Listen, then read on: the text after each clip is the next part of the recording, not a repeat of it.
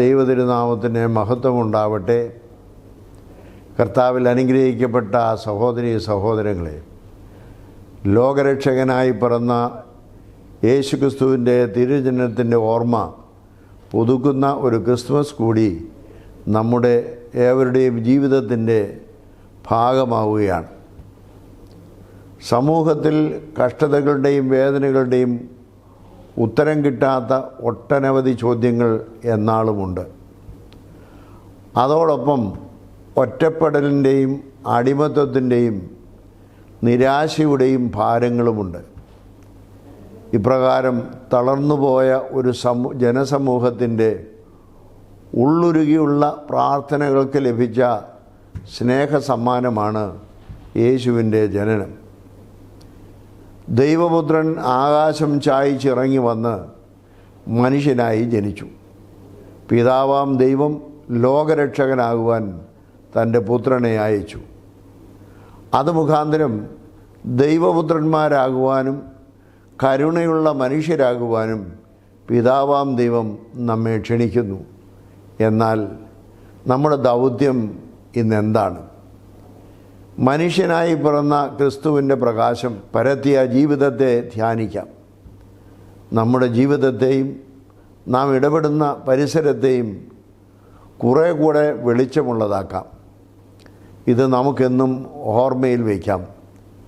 രോഗങ്ങൾ, വിവിധ ക്ലേശങ്ങൾ, സങ്കടങ്ങൾ മുതലായവ മുഖാന്തരം ജീവിതത്തിൽ സന്തോഷത്തിൻ്റെ പ്രകാശം കെട്ടുപോയ ധാരാളം സഹോദരങ്ങൾ നമുക്ക് ചുറ്റുമുണ്ട്.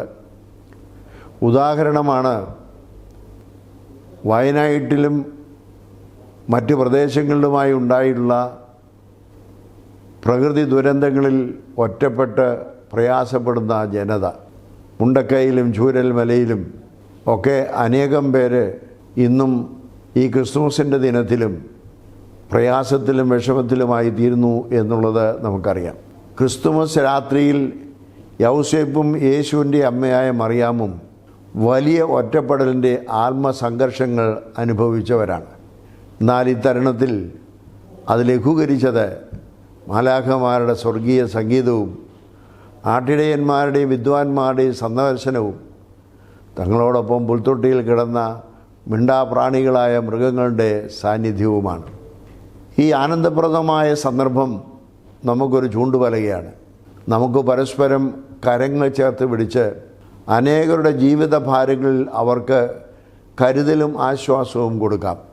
സന്മനസ്സും സമന്വയവും സന്തോഷവും സമാധാനവുമാണ് എല്ലാ ഇടങ്ങളിലും വർദ്ധിച്ചു വരേണ്ടത്. അതിന് നമുക്കുണ്ടാകേണ്ടത് സ്വാർത്ഥരഹിതവും വിദ്വേഷമില്ലാത്തതും നീതിയിലും ധാർമ്മികതയിലും സത്യത്തിലും അടിസ്ഥാനപ്പെട്ട ഒരു ജീവിതമാണ്. ഈ ക്രിസ്തുമസ് അങ്ങനെ ഒരു ആത്മീയ ജീവിതത്തിൻ്റെ അനുഭവത്തിലേക്ക് നമ്മെ ഏവരെയും നയിക്കട്ടെ. നിങ്ങൾക്ക് ഏവർക്കും നമ്മുടെ കർത്താവിൻ്റെ ജനനപ്പെരുന്നാളിൻ്റെ ഹൃദയപൂർവമായ ആശംസകൾ നേരുന്നു. ദൈവം നിങ്ങളെ അനുഗ്രഹിക്കട്ടെ.